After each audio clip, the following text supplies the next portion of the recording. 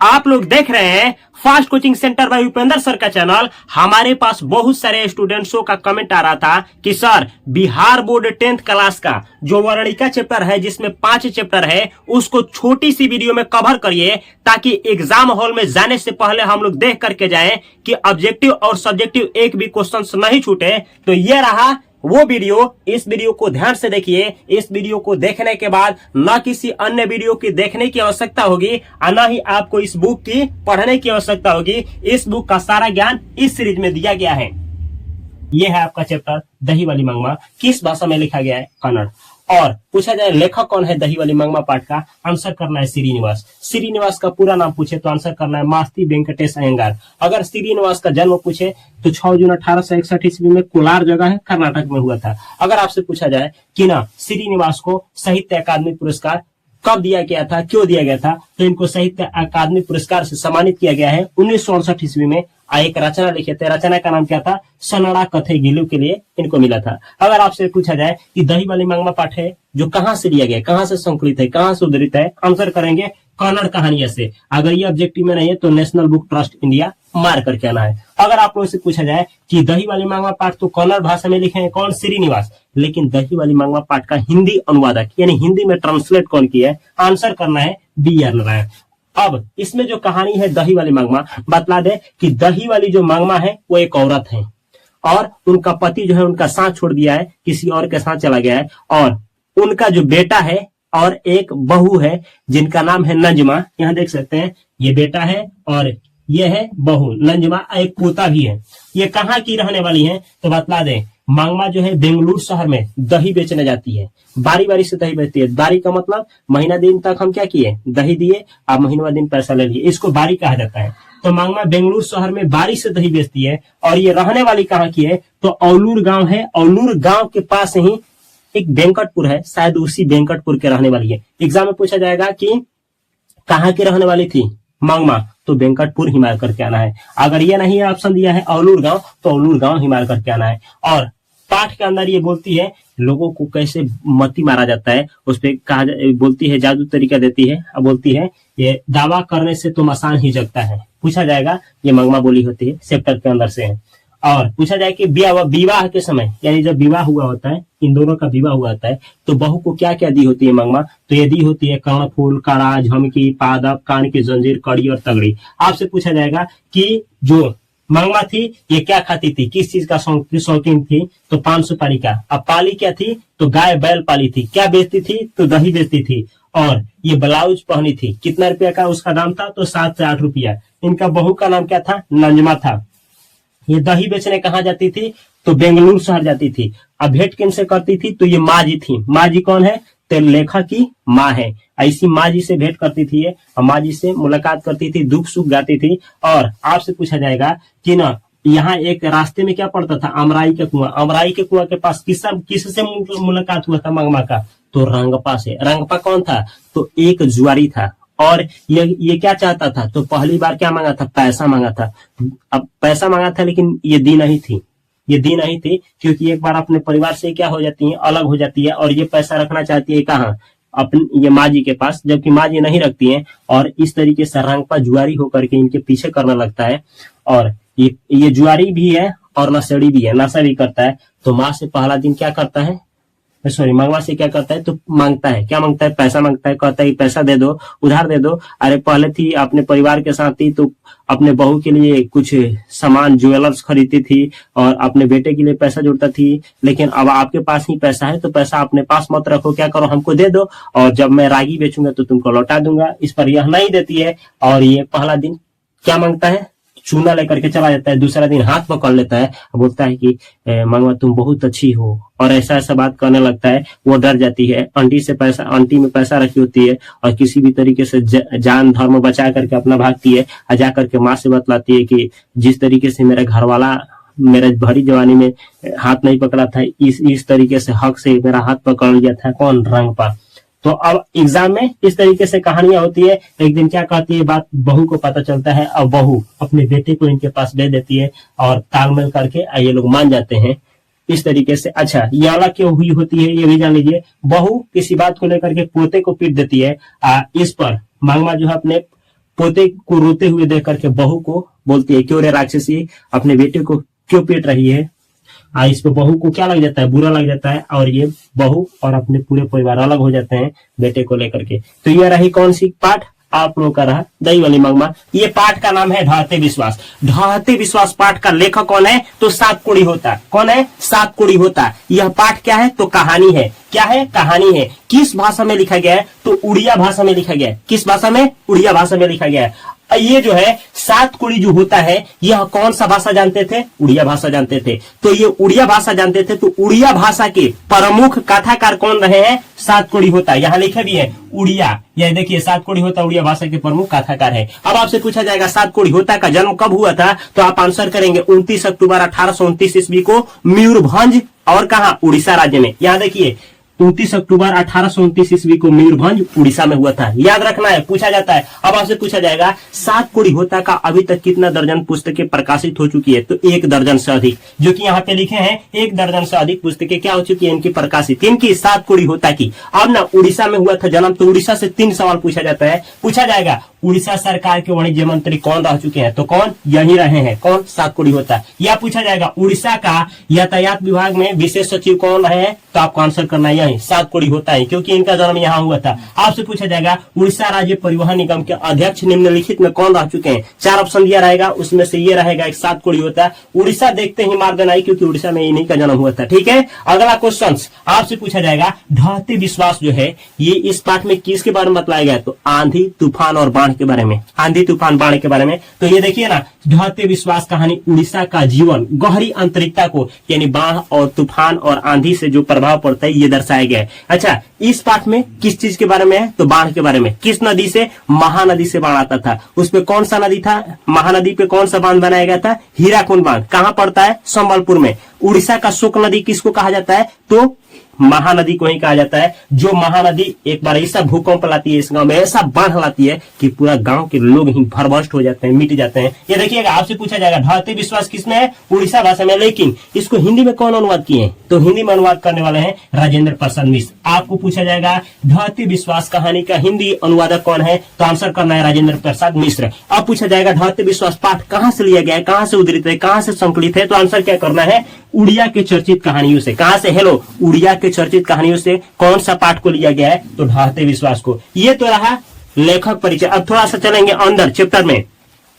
तो ढहते विश्वास पाठ जो है इसका नायिका कौन है, नायिका मतलब मुख्य पात्र कौन रही है, तो लक्ष्मी रही है। अब लक्ष्मी कौन थी, तो ये देखिए ये है लक्ष्मी। ये लक्ष्मी का घर है, जो दीवार था मिट्टी का दीवार था और ये पुआल से ढका हुआ था। लक्ष्मी के पति थे लक्ष्मण। कहाँ काम करते थे, कोलकाता में काम करते थे। जितना रुपये ये कमाते थे अपने लक्ष्मी यानी पत्नी को देते थे। इससे लक्ष्मी जो है घर गुजर नहीं कर पाती थी, तो एक तहसीलदार साहब थे, इनके पास छोटा मोटा जो काम होता था, छोटी मोटी काम करते थे। ठीक है, ये छोटा मोटा काम करके 2 रुपये जोड़ करके इनके कितने पुत्र थे, तो 4। ये देखिएगा सबसे बड़ा लड़का कौन था, अच्युत। एक था लड़का 1 साल का और 2 थी लो लड़की। हेलो, 2 लड़का था लो, एक बड़ा जिसका नाम अच्युत, एक छोटा जो साल भर का था और 2 बीच में लड़की थी लो। इतना ही नहीं, लक्ष्मी के पास ना इनके पूर्वज जो है जो मर गए हैं 1 बीघा जमीन छोड़ करके गए हैं, जिस पर ये खेती करती है। कौन सा खेती, धान का खेती करती है। लेकिन पिछले साल धान की खेती की होती है तो स्वाहा हो गया होता है धान, क्यों, सुखाड़ की वजह से। और दूसरे साल की होती है तो लगातार बारिश हो रहा है, 15 दिन से सूर्य दिखाई ही नहीं दिए, और इतना बारिश हो रहा है कि ये टेंशन में पड़ गई कि होगा तो होगा क्या, क्योंकि लक्ष्मण भी नहीं है। क्या नहीं है, मतलब कोलकाता है। और पिछले साल एक बार कहती है कि एक बार बाढ़ आया होता है, 1955 की बात है, जब बाढ़ आया होता है तो ससुर भी होती है इनके ससुर भी होते हैं, सास भी होती है। इतना ही नहीं, लक्ष्मण भी होता है। और उस समय ना कुछ चिवड़ा लेकर के और टीला पे चढ़ गए होते हैं लोग, कुछ बर्तन लेकर के। लेकिन अब की बार अगर ऐसा होगा तो इसको डर है, एक अफसोस है, दुख है कि न विदेशी पति हमारा साथ होता। ये सारी घटना है। और न बाढ़ आने को है। इस गांव में एक लड़का है, पढ़ाकू लड़का, जिसका नाम है कौन, गुणनिधि। गुणनिधि के बारे में जानिए। ये कटक शहर पढ़ने गया होता है। गुणनिधि कहाँ से पढ़ा होता है, कटक शहर से पढ़ा होता है। कटक शहर में ना एक बार बाढ़ आने वाला होता है, तो कटक शहर के एक महाराजा होते हैं, महाराजा ययाति केसरी। कौन, ययाति केसरी। तो कटक शहर को बचाने के लिए वहां पत्थर का बांध बनवाए होते हैं। ऐसे ही आज के आधुनिक युग के जो लोग होते हैं, बुद्धिमान लोग होते हैं, पूरा गांव को बचाने के लिए एक ना, ये देखिए, ये है लक्ष्मी। लक्ष्मी के गांव यानी घर के आगे है देवी बांध, देवी बांध पे चढ़िएगा तो इसके आगे है दलई बांध, दलई बांध टूटते ही इसका गांव भसेगा, भसेगा। कौन सा बांध? दलई बांध। बाढ़ कौन सा बांध टूटने से क्या होता था? लक्ष्मी के घर में बाढ़ आता था, लक्ष्मी के गांव में, तो दलई बांध। दलई बांध में कब ये बांध कब टूटता था? तो ये देखिए दलई बांध के आगे एक महानदी है, महानदी के ऊपरी छोर पे एक क्या है? हीरा कुंड बनाया गया है, हीरा कुंड बांध। ये संबलपुर में, यही वो हीरा कुंड बांध है जहां लक्ष्मी के ना ससुर क्या हुए होते हैं, इसमें काम करने गए होते हैं, पत्थर गिर गए होते हैं, मर गए होते हैं। ठीक है, ये बात कब की है? तो जब लक्ष्मी नया नया बहू बनकर के आई होती है, उसी समय की बात है। और लक्ष्मी को आए हुए अब जानते हैं 28 बरिस हो चुका है। कितना बरिस? 28 बरिस। अब भयंकर ऐसा ही ना सिचुएशन और परिस्थिति आ गया है जैसे कभी बाढ़ का आया हुआ होता है। अब इसका कलेजा दहल गया होता है। गुणनिधि अब क्या करता है? स्वेच्छासेवक दल का निर्माण करता है। इसमें 25 लोगों को लेता है। जैसे कुछ लोग हैं गुणनिधि, अच्युत, शंकर, मकरा, चंद्रा, इन लोगों का टीम बनाता है कि भाई इस गांव को बचाने के लिए चलो दलई बांध को क्या किया जाए? बांधा जाए। अगर दलई बांध को नहीं बांधे आकर के बाढ़ बुरा देगा। इस पर जाते हैं लोग, बांधते हैं लोग, लेकिन बाढ़ नहीं रुक पाता है। और एक बार ऐसा ही होता है कि बाढ़ टूट ही जाता है। एक जगह से क्या होता है, तरकुल का पेड़ होता है, वो आकर के इस पे प्रहार करता है और वहां पे गिट्टी बालू बोरिया डालते हैं लोग और बूढ़े लोग उपदेश देते हैं कि बाबू ऐसा ऐसे करो। बहुत मेहनत करने के बाद बांध टूट जाता है। एक बार तो ये गई होती है लक्ष्मी यहाँ देखने के लिए और कहती है दलई बांध पर चढ़ करके और कहती है महानदी से कि मेरी हंसती खुशती दुनिया को क्या कर, उदासी मत बना, किनारे लंघी बगैर चली जा, किनारे लंघी बगैर चली जा, मेरी हंसती खुलती दुनिया को क्या कर, रेतीला मत बना। ये कौन बोली होती है? लक्ष्मी। लेकिन आती है और इसे गुणनिधि से बोली होती है कि क्या तुम सकोगे, क्या छोटे तुम सकोगे? इस पे बोलते, इस पे गुणनिधि बोला होता है हाँ मौसी क्यों नहीं, अरे हट, ये ना निमक हराम लोग कहिए, मतलब बेकार लोगों के लिए दुनिया है ही नहीं, ये बोला होता है। गुणनिधि ऐसा बोला होता है बात।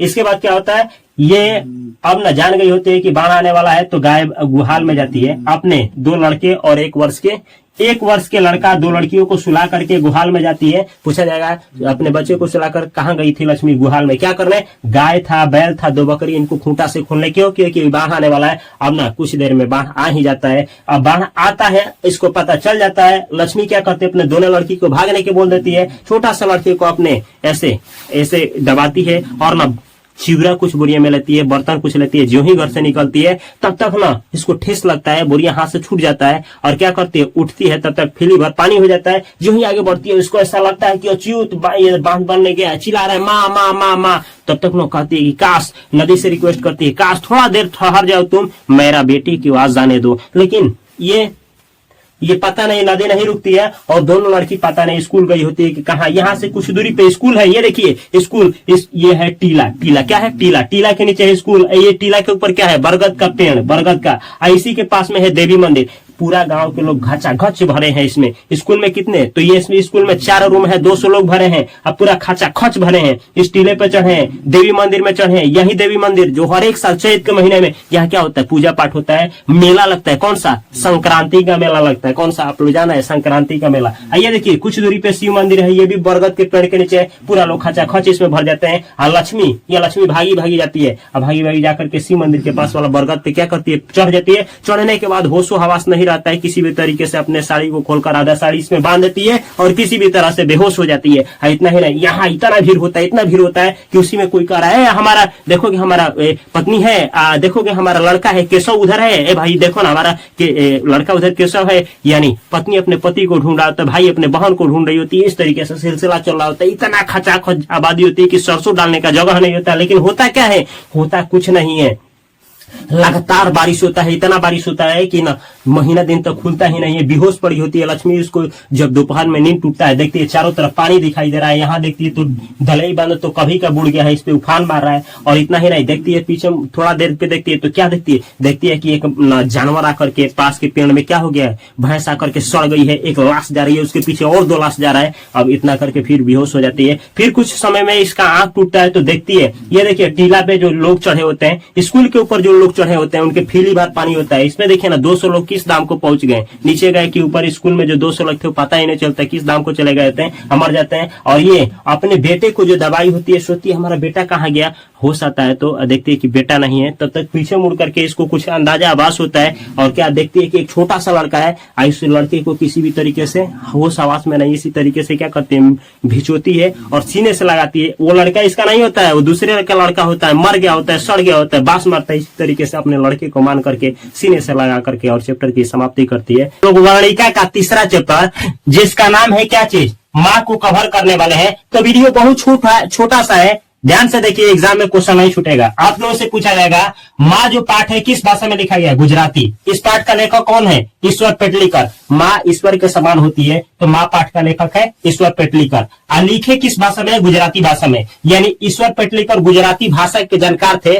तो आपसे कहा जाएगा माँ पाठ क्या है, तो कहानी है। एक क्वेश्चन और, ईश्वर पेटलीकर गुजराती भाषा के लोकप्रिय क्या है, कथाकार। गुजराती भाषा में पाठ लिखे हैं और लोकप्रिय भी रहे हैं किस भाषा के, गुजराती भाषा के। आपसे पूछा जाएगा ईश्वर पेटलीकर जो है इनका प्रसिद्ध कहानी कौन सा है, तो खून की सगाई। आपसे पूछा जाएगा ईश्वर पेटलीकर का प्रसिद्ध उपन्यास कौन सा है, काला पानी। आपसे पूछा जाएगा यह जो गुजराती भाषा में माँ पाठ लिखा गया है इसका हिंदी अनुवादक और संपादक कौन है, तो गोपाल दास नागर। आपसे अब ना चैप्टर के अंदर से पूछा जाएगा, इस पाठ के अंदर से पूछा जाएगा, माँ कहानी के अंदर से पूछा जाएगा। तो ध्यान से सुनिएगा, ये है माँ है एक माँ, और इस माँ के 4 संतानें हैं। कितने, 4। ये है मंगू, ये है मंगू है, मंगू सबसे छोटी लड़की।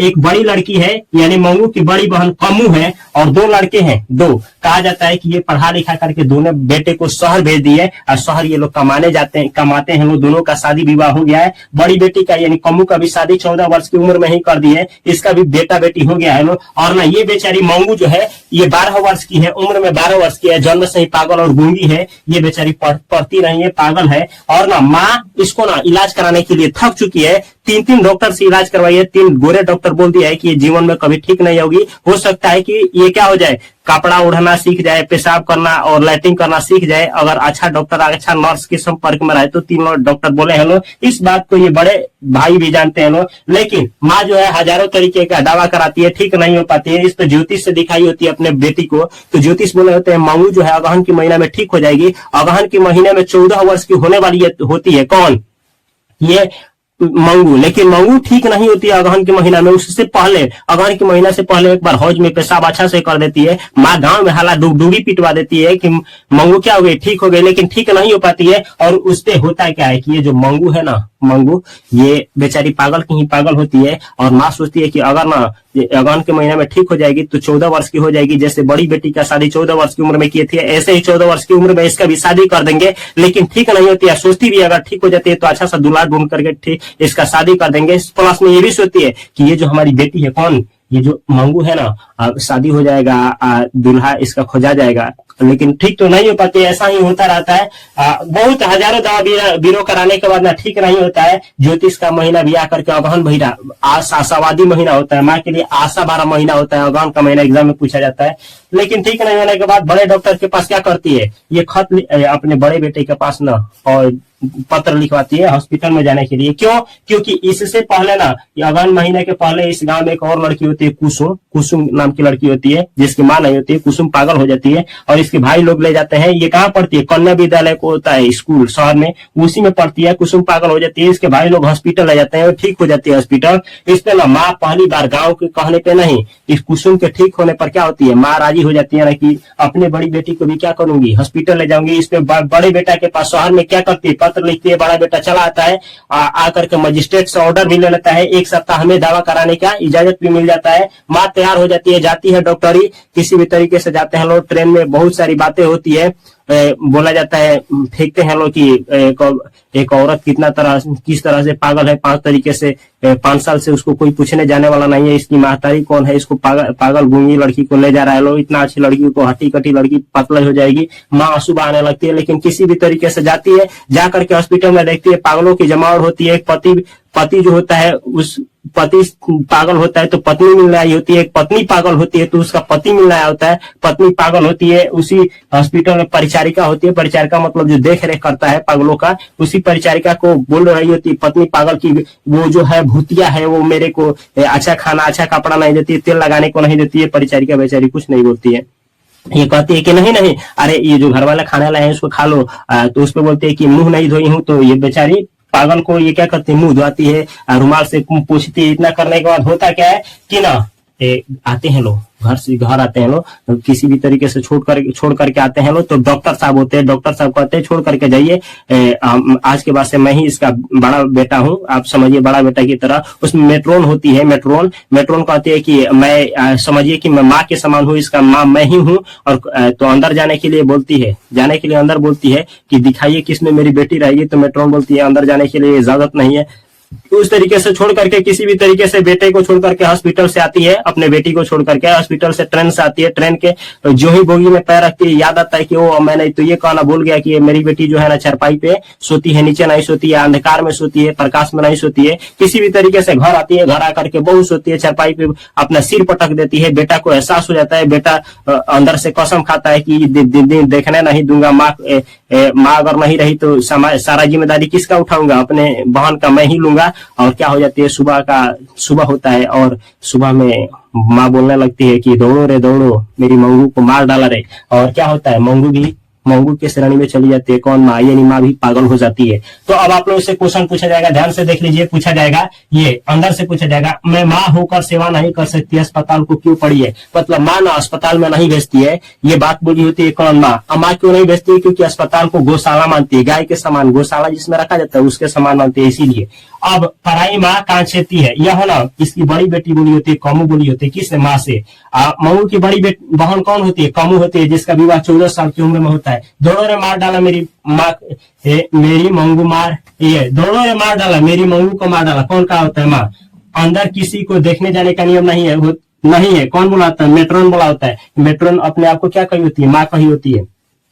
और उस कुसुम की तरह यह भी थोड़े समय में समझदार हो जाएगी। मतलब कुसुम जो है ना, उसी हॉस्पिटल से क्या हुई होती है, ठीक हुई होती है, तो उसी हॉस्पिटल में ये गई होती है। तो मेट्रोन ने इससे बोली होती है ना कि जैसे कुसुम ठीक हो करके चली गई, वैसे ही आपकी बेटी भी समझदार होकर के चली जाएगी। तो ये रहा शॉर्ट में वीडियो। ये है पाठ नगर। आपसे पूछा जाएगा नगर पाठ किस भाषा में लिखा गया है, तमिल भाषा में। यह है क्या, तो कहानी है। इसका लेखक कौन है, तो सुजाता है। सुजाता क्या है, मेल है, यानी मर्द है। तो सुजाता किस पाठ का लेखक है, नगर का। किस भाषा में लिखा गया है, तमिल भाषा में लिखा गया है। आपसे पूछा जाएगा सुजाता का वास्तविक नाम क्या है, तो यहाँ देखिए लिखे है, सुजाता का वास्तविक नाम क्या है, एस रंगराजन है। आपसे पूछा जाएगा इनका जन्म कब हुआ था, तो 3 मई 1935 ईस्वी को चेन्नई है, तमिलनाडु में हुआ था। आपसे पूछा जाएगा सुजाता की अभी तक कितनी कृतियां या रचनाएं प्रकाशित हो चुकी है, तो 25 से अधिक प्रकाशित हो चुकी है। यह पाठ तो लिखा गया तमिल भाषा में नगर, लेकिन इसका हिंदी भाषा में रूपांतरण करने वाले यानी हिंदी अनुवादक कौन है, तो के जमुना है। आपसे पूछा जाएगा नगर पाठ कहाँ से संकलित है, कहाँ से उद्धृत है, कहाँ से लिया गया है, तो आंसर करना है आधुनिक तमिल कहानियां से लिया गया है, या फिर ये ऑप्शन में नहीं रहेगा तो नेशनल बुक ट्रस्ट इंडिया से लिया गया है। आपसे पूछा जाएगा, ये तो है लेखक परिचय। अब चैप्टर के अंदर चलते हैं, जहां से क्वेश्चन पूछा जाएगा। पहला क्वेश्चन पूछा जाएगा, काल्डवेल के तुलनात्मक व्याकरण में लिखा गया है मदुरै पांड्य लोगों की दूसरी राजधानी है। अब यहाँ से 3 क्वेश्चन पूछा जाएगा, तुलनात्मक व्याकरण का लेखक कौन है, कई बार पूछा गया है, तो आंसर करेंगे काल्डवेल। या काल्डवेल किनका रचना किए हैं, तो तुलनात्मक व्याकरण का। आपसे पूछा जाएगा तुलनात्मक व्याकरण में किसका जिक्र मिलता है, तो मदुरै पांड्य लोगों की दूसरी राजधानी है। आपसे पूछा जाएगा मदुरै पांड्य लोगों की दूसरी राजधानी है, यह जानकारी कहां से मिलता है, तो तुलनात्मक व्याकरण से। तुलनात्मक व्याकरण का रचनाकार कौन है, काल्डवेल है। आपसे पूछा जाएगा मदुरै पांड्य लोगों की कौन सी राजधानी है, तो दूसरी राजधानी है, जो कि पूछा जाता है। अब आपसे पूछा जाएगा मदुरै शहर से संबंधित जानकारी। आपसे पूछा जाएगा प्राचीन जो भारत के मानचित्र है उसमें मदुरै शहर को क्या लिखा जाता था, तो क्या लिखा जाता है, मथुरा लिखा जाता था। आपसे पूछा जाएगा जो ये मदुरै शहर है, कौन सा मदुरै शहर, इस मदुरै शहर को अंग्रेज क्या कहते थे, तो मदुरा कहते थे, मदुरा। आपसे पूछा जाएगा मदुरै शहर को यूरोप के लोग क्या कहते थे, तो इसको यूनान के लोग जो होते थे ना, इसको कहते थे, क्या चीज कहते, तो मेदोरा कहते थे। तो ये क्वेश्चन से यहाँ से पूछा जाता था, अब पूछा जाता है। अब देखिए चैप्टर के अंदर चला जाए, अब होता क्या है, एक होती है वली अमाल जो मुनांडी पट्टी के रहने वाली होती है, इसकी एक पपाती होती है, इस पपाती को बुखार हो जाता है और ना बुखार होता है तो गांव ही के डॉक्टर ना इसको इलाज करने से मना कर देते हैं, भेज देते हैं क्या चीज, बड़ा हॉस्पिटल है, यही गई होती है कहाँ, मदुरै शहर। मदुरै शहर में एक बड़ा सा अस्पताल होता है और उसका एक बड़ा सा डॉक्टर होते हैं। यह है डॉक्टर की जानकारी जो क्वेश्चन पूछा जाता है, यह है पपाती की जानकारी जिससे क्वेश्चन आता है, यह है वली अमाल की जानकारी जिससे क्वेश्चन आता है। चलिए एक बार देख लेते हैं। अब पूछा जाएगा पपाती से संबंधित, पपाती को कौन सा रोग था, मेनिंजाइटिस था। पपाती कितनी वर्ष की थी, तो लगभग 12 वर्ष की थी। पहला दिन पपाती को क्या हुआ था, तो तेज बुखार हुआ था और गांव में जब दिखाया गया था गांव ही में, तो इसको ना गांव के जो डॉक्टर थे यानी प्राइमरी हेल्थ सेंटर के जो डॉक्टर थे इसको बुखार घोषित किए थे। अब जो बड़े डॉक्टरी में गया था, मदुरै शहर में इसको लेकर के गया था, तो उसमें ना इसको किस पर लेटाया गया था, तो स्ट्रेचर पर। एग्जाम में आता है स्ट्रेचर पे लिटाया गया था। स्ट्रेचर जो देखिएगा व्हील चेयर होता है जिसपे मरीज को लेकर के जाता है, उस पर लेटाया गया था। अब स्ट्रेचर पे जब ये लेटी थी या बेहोश हो गई थी तो कितने डॉक्टर उसको घेर करके खड़े थे, तो 6 डॉक्टर घेर करके खड़े थे। वहीं पे डॉक्टर धनशेखरन उसी में पॉल थे और उसी हॉस्पिटल में क्लर्क भी थे। उसी में उस डॉक्टरी का, मदुरै शहर का जो डॉक्टरी था उसमें सबसे बड़ा जो हेड नर्स थे उनका नाम क्या था, तो मिरांडा था, मिरांडा। अब देखिए ये है पपाती की माँ वली अमाल। वली अमाल के किस गांव के दोनों थे, तो मुनांडी पट्टी। आपसे पूछा जाएगा वली अमाल कहाँ की रहने वाली थी, मुनांडी पट्टी। मुनांडी पट्टी किनका गांव है, तो वली अमाल का। इनके पति जो थे वो क्या हो गए थे, मर गए थे। आपसे पूछा जाएगा वली अमाल जो है पपाती को किस विभाग में जांच कराई थी, तो ये है बहिरंगी रोगी विभाग, बहिरंगी रोगी विभाग। याद रखिएगा एग्जाम में आता है। आपसे पूछा जाएगा वली अमाल को रूम नंबर कितना में भेजा गया था पपाती को दिखाने के लिए, 48 में। आपसे पूछा जाएगा कि श्रीनिवासन जो क्लर्क थे उस हॉस्पिटल में जब इनका क्या करना था, सैलरी लिखना था, तो कितना रुपया लिखे थे, तो 90 रुपया लिखे थे। आपसे पूछा जाएगा जब वली अमाल को हॉस्पिटल में दवा नहीं हो पाया, उधर से लौटी निराश होकर के, तो कैसा रिक्शा पे बैठी थी, पीला कलर की रिक्शा पे बैठी थी। अब हॉस्पिटल के जो बड़े डॉक्टर थे इनसे क्वेश्चन आता है, ये है बड़े डॉक्टर, ये कहाँ से शिक्षा प्राप्त करके आए थे, तो विदेश से पढ़ लिख करके आए थे। इतना ही नहीं, ये ना स्नातकोत्तर ग्रेजुएशन के लड़का है। देखिए 12th के बाद ग्रेजुएशन होता है, 3 साल का डिग्री BA MA कहा जाता है।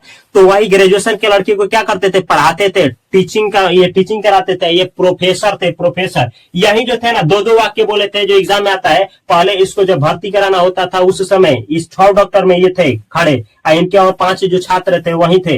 अब ये बोले थे उस समय, बोले थे acute case of meningitis notice दी, बोले थे इसको जांच किया ना, ऐसे किए, क्या किए, आए और इसको गाल ऐसे किए और पपनी उठाए हाथ से, इसके बाद से ऐसे उठाने के बाद से इसको गाल को दबाया, मुड़ी थपथपाया, बोले कि acute case of this meningitis, यह जो केस है मेनिंजाइटिस का है। मेनिंजाइटिस जो होता है दिमाग का बीमारी होता है, आदमी मर जाता है, इतना बोले होते हैं। कहते इस केस को कवर करो, इसको क्या करो, नोट करो, ये क्या है, मेनिंजाइटिस है। उसके बाद ये सब डॉक्टर 5 जो होते हैं पारा पारी से चेक किए होते हैं किसको, इस छोटी सी लड़की को। और ना इस एक थर्मोस्कोप होता है, आंख का इलाज किया जाता है, इससे इसका जांच किया जाता है और कुछ लिखे होते हैं ना।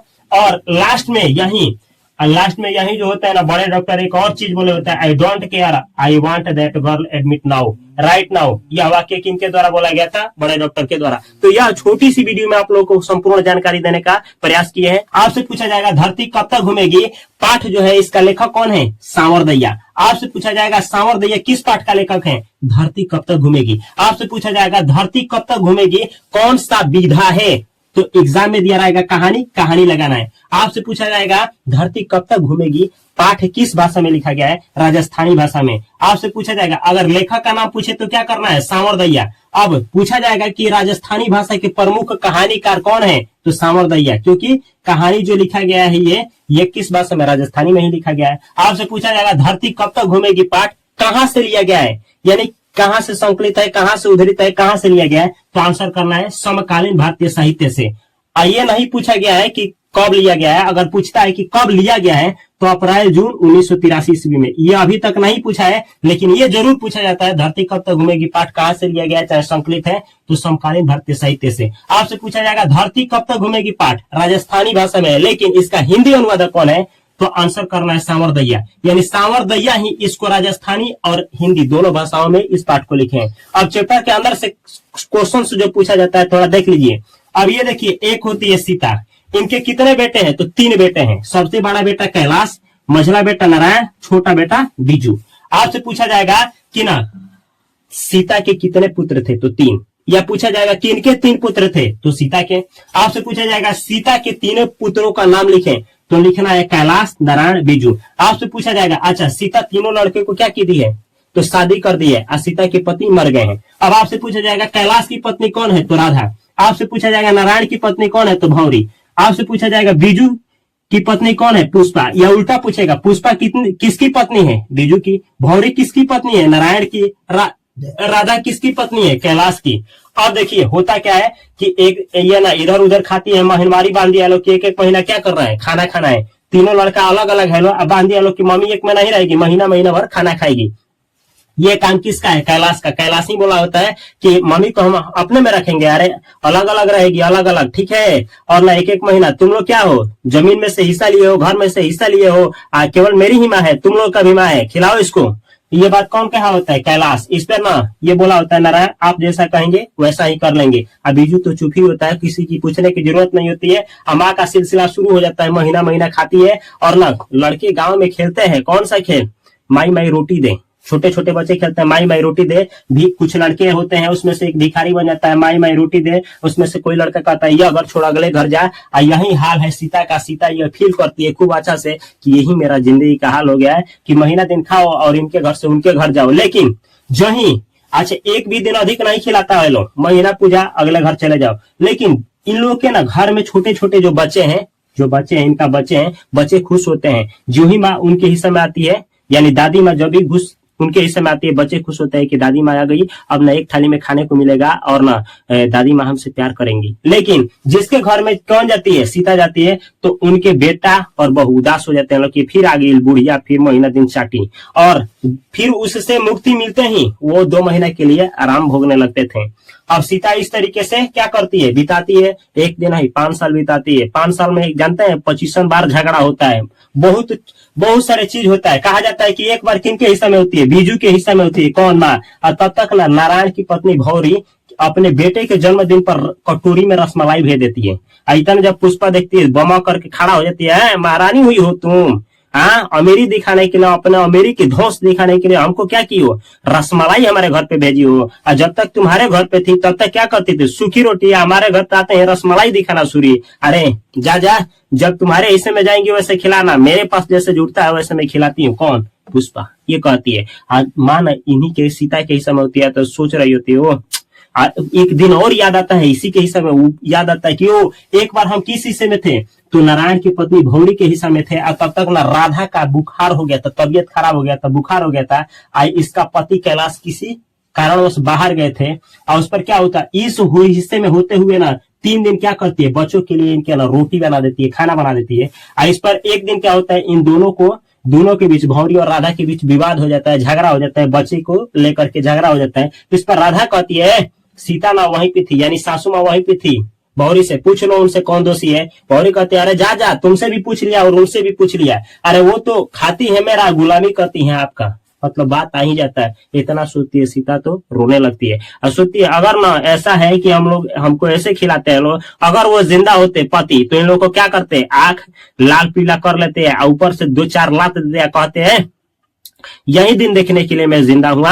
अरे मुझे तो क्षमता है कि तुम जैसे 20 भिखारियों को खिला दूंगा। ये सोचती है कौन, सीता। ऐसा दिन आ गया है, इसको ना अपने ही घर में घूटन महसूस होता है, घूटन। आकाश और जो पृथ्वी है ना, इसकी दूरी क्या होता है, सिकुड़ा हुआ महसूस होता है। और जो जिस रास्ते पे जाती है वो रास्ता सिकुड़ा हुआ महसूस होता है। जो हवा होता है वो अनंत नहीं, सिकुड़ा महसूस होता है। किसको महसूस होता है, सीता को। ऐसे ही नहीं, जब इनके हिस्सा में अच्छा फाल्गुन महीना में होली से 4 दिन पहले नाहर सिंह जी वाला दिन आता है। नाहर सिंह जी वाला दिन कैलाश के हिस्से में होती है कौन, सीता। उस दिन कैलाश की पत्नी जो होती है क्या बनाई होती है, फीकी लापसी। जो फीकी लापसी खाती है तो सीता के गला में अटक जाता है। आपसे पूछा जाएगा कि ना फीकी लापसी कौन बनाई थी, तो कैलाश की पत्नी राधा। आपसे पूछा जाएगा फीकी लापसी किस दिन बनाया गया था, नाहर सिंह जी वाले दिन। आपसे पूछा जाएगा नाहर सिंह जी वाले दिन क्या बनाया गया था, फीकी लापसी कौन बनाई थी, कैलाश।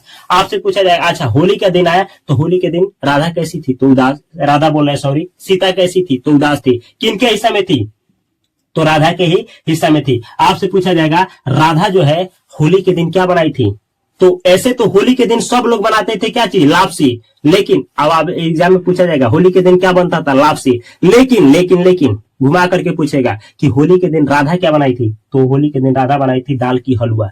दाल की हलवा बना करके सासू माँ को देती है, क्योंकि अगले दिन से नेटवर्क कटने वाला है, इधर जाने वाली है, तो कहती है ना, राधा कहती है कि सासू माँ आप ही के लिए दाल की हलवा बनाई हूँ, क्या करिए, भर पेट खा लीजिए, ठीक है। इतना पे सोचती है सीता, अरे भर पेट क्या खाना है, ये गाढ़ा ही ना भरना है, अरे यही होता है कि थोड़ा अच्छा खाना है, अब भूख है तो 2 कौरा दे, खाना अच्छा है चाहे नहीं है, भूख नहीं है तो क्या 4 कौर कम, यही ना, और क्या। सीता सोचती है, वो क्या क्या दिन आ गया है जी, रोटी और इन लोगों में, रोटी में और माँ में कितना रोटी ही बड़ा हो गया है कि ऐसे हो गया है, एक माँ 2 वक्त की रोटी है 3 बेटे, या फिर 3 बेटे 2 वक्त की रोटी 1 माँ, या 2 वक्त की रोटी 1 माँ और 3 बेटे। यह उक्ति, यह जो पंक्ति है, यह जो वाक्य है, किस पाठ से लिया गया है, धरती कब तक घूमेगी, इस पाठ से लिया गया, जो कि एग्जाम में पूछा भी जाता है। अब बोलती है कि रोटी और माँ में सबसे बड़ा कौन हो गया है, तो रोटी ही हो गया है। रोटी का आकार इतना बड़ा हो गया है कि माँ का आकार ही छोटा हो गया है, यानी माँ कुछ रही नहीं, महत्व वहीं घट गया है। ये सब कुछ सोच रही होती है सीता सोचती है बात रोटी का ही है, सवाल किस चीज का है, रोटी का। एग्जाम में पूछा जाएगा सवाल किसका है, तो रोटी का है। अब इतना सोचती है, और क्या होता है कि ये तो दिन चलता ही चलता है, एक दिन और आता है कैलाश, और ना बोलता है इधर आओ तुम, आता है लो तीनों, अब बोलता है कि माँ को खिलाने पिलाने का ठीक है, केवल मैं ही लिया हूँ, तुम लोग की माँ नहीं है, एक काम करो ना, ऐसे ये नहीं चलेगा कि माँ महीना इधर उधर भटकती रहती है, घूमती रहती है, ये सिलसिला नहीं चलेगा। अब ऐसे किया जाए ना कि माँ को एक ही 50-50 रुपये जोड़ करके दिया जाए, महानवारी 150 रुपये दे दिया जाए, माँ अब खुद से ही बनाएगी खाएगी, जैसे पहले हम लोग चाय पानी पिलाते थे वैसे ही पिलाएंगे लोग। तो इस पर बांध दिया जाता है महानवारी, कितना 150 रुपये 50-50 रुपये बांध दिया जाता है। और इस पे माँ क्या हो जाती है, देख करके अपने लड़के लोगों को आंख में जा करके रोने लगती है, कोई सोचती है कि अरे जब यही करना है कि कौन सी मुफ्त में मुझको खाना मिलता है, अरे इन लड़के लोगों को, अपने बेटे को, जो बेटे हैं यानी पोते को खिलाती भी हूँ, खिलाती भी हूँ, कभी कभी बर्तन भी मत देती हूँ, तो क्या ये काम के बदले मुझको दाम मिल रहा है क्या? अगर यही बात है ना, तो आज के बाद से दूसरे के घर ही चली जाऊंगी, वही सब करेंगी। और रात का समय होता है, निकल ही जाती है माँ, रात के समय में निकलती है, उस समय निकलती है, तो इसको क्या महसूस होता है, धरती और आसमान की दूरी अनंत है, और क्या है, और महसूस होता है कि जो सड़कें हैं उसका चौड़ाई बढ़ गया है, और क्या महसूस होता है, मत जो घुटन होता है वो घुटन महसूस नहीं होता है। अब की बार सबसे बड़ी बात यह होती है कि हवा इनको खुला महसूस होता है, और चैप्टर समाप्त हो जाता है। अगर आप लोग शॉर्ट में पूरा वर्णिका का अध्ययन करना चाहते हैं, पूरा बहुत छोटा में, तो यहाँ है प्लेलिस्ट, अवश्य देखें। यहाँ 2 चैनल पड़े हुए हैं, इन दोनों चैनलों को भी सब्सक्राइब करके बेल आइकन की घंटी को दबा लें। अब फास्ट कोचिंग यह सेंटर है, इंस्टाग्राम, यूट्यूब पे और व्हाट्सएप पे अवश्य ज्वाइन करें। मैं मिलता हूं अगले वीडियो में बेहतर कंटेंट के साथ, तब तक के लिए आप सभी को तहे दिल से नमस्कार। Thanks for watching this video. Video अच्छा लगा हो तो अपने दोस्तों के पास और उनके पास शेयर करना ना भूलें।